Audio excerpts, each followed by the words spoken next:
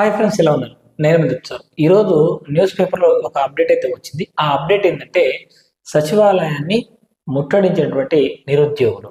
So ఈ వార్త అయితే కొన్ని పేపర్లలో మెయిన్ వార్తగా ఇంపార్టెంట్ న్యూస్గా రావడం జరిగింది.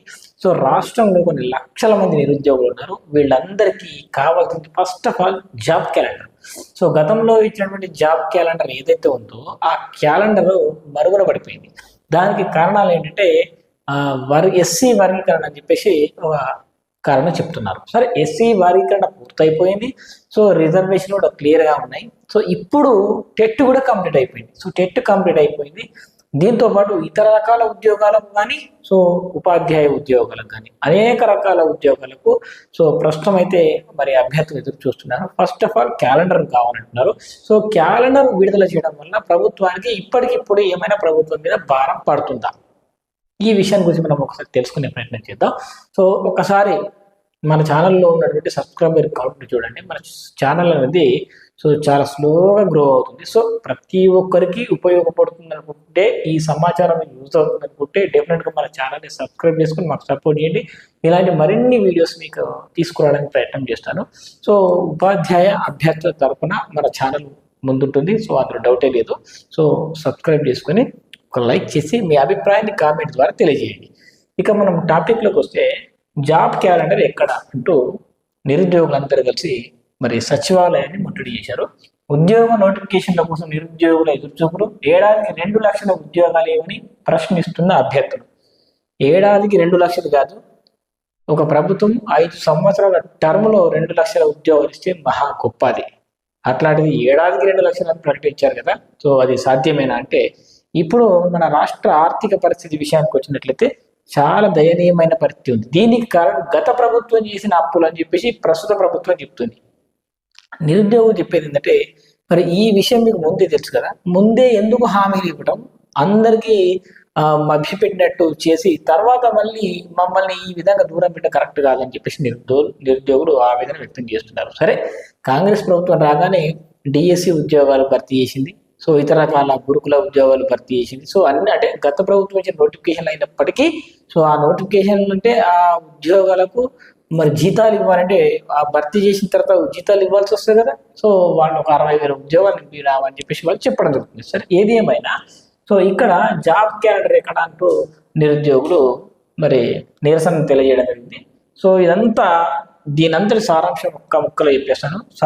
ఇక్కడ సర్కారుపై ఆగ్రహంతో అని చెప్పేసి నామమాత్రంగా నియామక పత్రాలు అని చెప్పేసి నోటిఫికేషన్లు విడుదల చేయాలని చెప్పేసి ఈ విధంగా గ్రూప్స్, పోలీసు, దాంతోపాటు ఇతర అన్ని రకాల నోటిఫికేషన్లు, రెవెన్యూ డిపార్ట్మెంట్ కావచ్చు, అంటే జీపీఓలు కావచ్చు. ఈ విధంగా ప్రతి ఒక్క డిపార్ట్మెంట్ నుంచి మరి ఖాళీలు ఉన్నాయి కాబట్టి ఆ ఉన్న ఖాళీలకైనా నోటిఫికేషన్ ఇవ్వండి అని చెప్పేసి అడుగుతున్నారు. ఇక నిరుద్యోగులపై నిర్బంధం, నాయకుల ముందస్తు అరెస్టులు, సచివాలయాన్ని ముట్టడించిన డివైఎఫ్ఐ నేతలు నోటిఫికేషన్లను ప్రకటించాలని డిమాండ్, జాబ్ క్యాలెండర్ అమలు చేయాలి, అరెస్టులకు నిరసనగా నేడు ప్రభుత్వ దిష్టి బొమ్మల దహనం, ఉద్యోగాలు అడిగితే నిర్బంధిస్తారా అంటూ ఇట్లా అనేక రకాల పేపర్లో అనేక రకాల వార్తలు అయితే రావడం జరిగింది. నేను ఇప్పుడు ఒక చిన్న మాట ప్రభుత్వ పెద్దలకు తెలుసు, అందరు తెలుసు. ఇప్పటికిప్పుడు ఫర్ ఎగ్జాంపుల్ కొన్ని నోటిఫికేషన్ ఇస్తే ప్రభుత్వం మీద పెద్ద భారమే పడదు. ఎందుకంటే ఫస్ట్ ఏమేమి ప్యాటర్న్, పోలీస్ డిపార్ట్మెంట్కి సంబంధించిన నోటిఫికేషన్ ఉంది. పోలీస్ డిపార్ట్మెంట్కి సంబంధించిన నోటిఫికేషన్ రావాలంటే first of all notification release చేయాలి. కొంత టైం తీసుకుంటారు, ఒక 1 రోజులు 2 రోజులు. సరే, నోటిఫికేషన్ రిలీజ్ చేయాలి, ప్రిలిమ్స్ పెట్టాలి, ప్రిలిమ్స్ పెట్టిన తర్వాత కొంత టైం ఇచ్చి మళ్ళీ ఈవెంట్స్ పెట్టాలి. ఈవెంట్స్ ఒక రోజులో అయ్యే పని కాదు కదా, ఒక 1 రోజుల పాటు సాగుతుంది అది.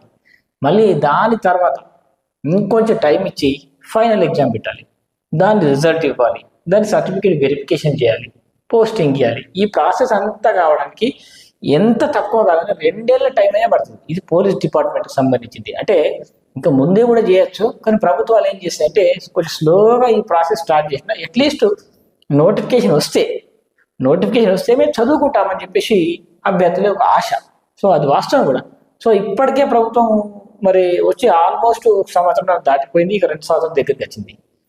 ఇంకేంది, ఇంకో 2 ఏళ్ళు ప్రాసెస్ పడుతుంది. అంటే ఇప్పుడు నోటిఫికేషన్ ఇచ్చిన ప్రభుత్వం లాస్ట్ ఈ ఎండింగ్ టైంలోనే పోస్టింగ్ ఇస్తారనమాట. సో ఇది పరిస్థితి. మరి ప్రభుత్వం ఏం ఆలోచనతో ఉందో తెలియదు కానీ సో ఇట్లా ఇస్తే కూడా ఒక సంవత్సరంన్నర 2 సంవత్సరాల లోపల భర్తీ చేయొచ్చు. సో అంటే ఇప్పటికిప్పుడు ప్రభుత్వం మీద భారం పడదు, ఇదొకటి. ఇక దాంతోపాటు గురుకులాలకు సంబంధించిన కానీ నోటిఫికేషన్ ఫర్ ఎగ్జాంపుల్ గురుకుల నోటిఫికేషన్ 2008 చిల్లర ఉన్నాయి. జీపీఓ ఉన్నాయి. జీపీఓ అనేది మనకు అన్ని రకాల క్యాండిడేట్ రాస్తారు. డిగ్రీ పాస్ అయిన ప్రతి ఒక్కరు, ఇంటర్ డిగ్రీ పాస్ అయిన ప్రతి ఒక్కరు, అన్ని రకాల డిపార్ట్మెంట్ అంటే పోలీస్ డిపార్ట్మెంట్ అంటే కొంతమంది రాస్తారు, టీచర్ జాబ్ అంటే కొంతమంది రాస్తారు, హెల్త్ డిపార్ట్మెంట్ పోస్టులు కొంతమంది రాస్తారు, ఆ పర్టికులర్ డిపార్ట్మెంట్ వాళ్ళు రాస్తారు. కానీ ఇక్కడ జీపీఓ కానీ గ్రూప్స్ కానీ గ్రూప్ 1, గ్రూప్ 2, గ్రూప్ 3, గ్రూప్ 4 ఇట్లాంటి పోస్టుల్ని ఎవరైనా రాసుకోవచ్చు. కాబట్టి ఇలాంటి పోస్టుల మీద ఒక్కసారి దృష్టి పెడితే అందరికీ అభ్యర్థులకు కాస్త ఉపయుక్తంగా ఉంటుంది. ఇప్పుడు గ్రూప్ 1, గ్రూప్ 2 పెట్టిరనుకో హై నాలెడ్జ్ క్యాండిడేట్లు అందరూ ఆ డిపార్ట్మెంట్ వెళ్ళిపోతారు. సో డిఎల్ జేఎల్ ఇస్తే టీచింగ్ డిపార్ట్మెంట్లో హై నాలెడ్జ్ ఉన్నట్టు వెళ్ళిపోతారు. ఈ గురుకులాల్లో టీజీటీ, పీజీటీ, దాంతోపాటు జేఎల్ డీల్ ఇచ్చేసి అక్కడ వాళ్ళు హ్యాపీ ఉంటారు. డిఎస్సికి ఎక్కువ అభ్యర్థులు ఉంటారు కాబట్టి హెచ్జిటి, స్కూల్ అసిస్టెంట్ పోస్టులు ఇస్తే ఇక్కడ ఇబ్బంది ఉండదు.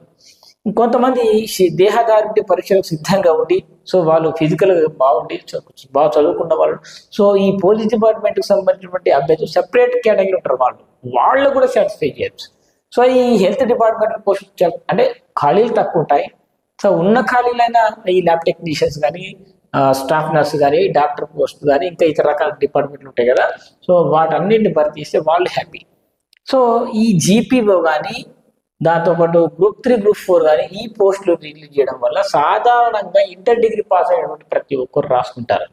సో అన్ని రకాల మరి నిరుద్యోగులను మరి వాళ్ళందరినీ తృప్తిపరచడానికి సో వాళ్ళందరికీ నోటిఫికేషన్లు మరి ఇవ్వాల్సిన అవసరం ఎంతైనా ఉంది. ఇప్పటికే లేట్ అయిపోయింది. ఏ నోటిఫికేషన్ ఇచ్చినా వెంటనే కాదు, నోటిఫికేషన్ కసరత్తు, సిలబస్ డిక్లరేషన్, దాంతోపాటు నోటిఫికేషన్ ఇచ్చిన తర్వాత అప్లికేషన్ 1 నెల రోజులు నడుస్తుంది, తర్వాత ఎగ్జామ్ నెల నడుస్తాయి. ఇప్పుడు గురుకులం నెల రోజుల ప్రాసెస్, 1 రోజులు అయ్యే పని కాదు అది. సో ఏ డిపార్ట్మెంట్ ఎగ్జామ్స్ అయినా ఒక 7 నుంచి 2 ఏళ్ళ టైం తీసుకుంటారు. ఇప్పుడు మేము 2017 డిఎస్సి 17లో నోటిఫికేషన్ వచ్చింది, 18లో ఎగ్జామ్ రాసినాము, సర్టిఫికేట్ మీరు రిపీట్ అయింది, 19లో పోస్టింగ్ ఇచ్చారు. అంటే ఆల్మోస్ట్ 2 సంవత్సరాలు టైం తీసుకున్నారు. సో ఏ నోటిఫికేషన్ తీసుకున్నా ఖచ్చితంగా 2 ఏళ్ళ టైం అయినా తీసుకుంటారు, సంవత్సరంన్నర టైం అయినా తీసుకుంటారు. సో ప్రభుత్వ పెద్దలు ఇప్పటికైనా ఆలోచించి త్వరగా జాబ్ క్యాలెండర్ ఇచ్చి ఆ జాబ్ క్యాలెండర్ ప్రకారం మరి ఉద్యోగ నోటిఫికేషన్ విడుదల చేస్తే ఉన్న కొద్ది ఖాళీలైనా సరే, ఎన్ని ఖాళీలైనా సరే, ఉన్న ఖాళీలకు అంటే ఖాళీలు బాగానే ఉన్నాయి. ఇప్పుడు టీచింగ్ డిపార్ట్మెంట్లో తీసుకున్నట్టయితే 571 స్కూళ్ళల్లో మరి వాటి కొత్త స్కూళ్ళను మరి వాటిని రీఓపెన్ చేస్తున్నారు, మూసివేసిన స్కూళ్ళను మళ్ళీ మరి శాంక్షన్ చేస్తున్నారు. సో అక్కడ పిల్లల స్ట్రెంత్ను బట్టి మరి ఉపాధ్యాయులను నియమించాల్సి ఉంటుంది. సో ఈ లెక్క చెప్పిన ఒక 1000-1500 పోస్టులు ఇంకా పెరుగుతాయి. అంటే ప్రభుత్వం ఇంతకుముందు చెప్పినట్టు 5-6 వేల పోస్టులే కాకుండా ఇంకో 1000-1500 పోస్టులు పెరిగే ఛాన్సెస్ ఉంది. సో ఇన్ని ఛాన్సెస్ ఉన్నాయి కాబట్టి నిరుద్యోగులు డెఫినెట్గా వాళ్ళు ఆశపడటం తప్పు లేదు, వాళ్ళ న్యాయమైన కోరిక ఇది మీ గొంతెమ్మ కోరికలు కూడా కావు. ప్రభుత్వం మీద ఇప్పటికిప్పుడు కూడా భారం పడుతుంది, టైం పడుతుంది. సో ఇదంతా ప్రాసెస్ చేయడానికి టైం పడుతుంది. సో ప్రభుత్వ పెద్దలు ఆలోచించి ఈ దిశగా అడుగులు వేస్తారని నిరుద్యోగులందరి తరఫున నేను కూడా కోరుకుంటున్నాను. సో ఇది ఫ్రెండ్స్ వాటి వీడియో. ఇలాంటి మరిన్ని వీడియోస్ కోసం మన ఛానల్ని రెగ్యులర్గా ఫాలో అవ్వండి. Thank you, bye.